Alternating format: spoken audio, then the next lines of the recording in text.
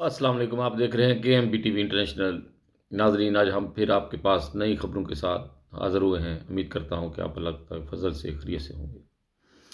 ناظرین، آج کل دنیا میں زلزلے، طوفان اور کہیں پر جنگ مسلط کی جا رہی ہے۔ ہر طرف افراتفری پڑی ہوئی ہے، اور پاکستان میں ملا جو ہیں وہ مذہبی منافقت اور نفرتیں پھیلا کر دنیا میں عذاب لے کر آنے کی جو کوشش کر رہے ہیں۔ سب سے زیادہ کردار اس وقت دنیا میں ملا کا ہے، جو دنیا کو افراتفری میں انہوں نے ڈالا ہوا ہے۔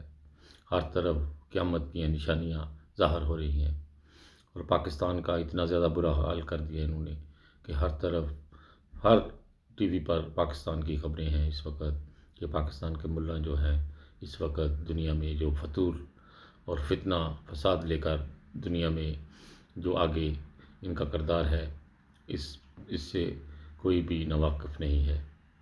ناظرین، ہر طرف افراتفری اور پاکستان کا جو ہے امیج اس کو خراب کر کے رکھ دینا، یہ کہاں کی انسانیت ہے؟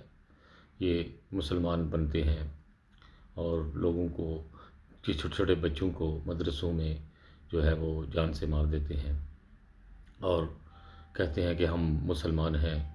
کیسے مسلمان ہو آپ؟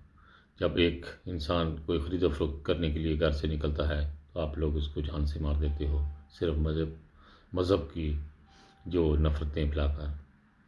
ناظرین، پاکستان کا بہت ہی برا حال ہونے والا ہے، کیونکہ یہ بار بار جو ہے خدا تعالیٰ کی عذاب کو پکار رہے ہیں، اور کوئی حکومت، کوئی آرمی، پولیس سب آپس میں ملے ہوئے ہیں۔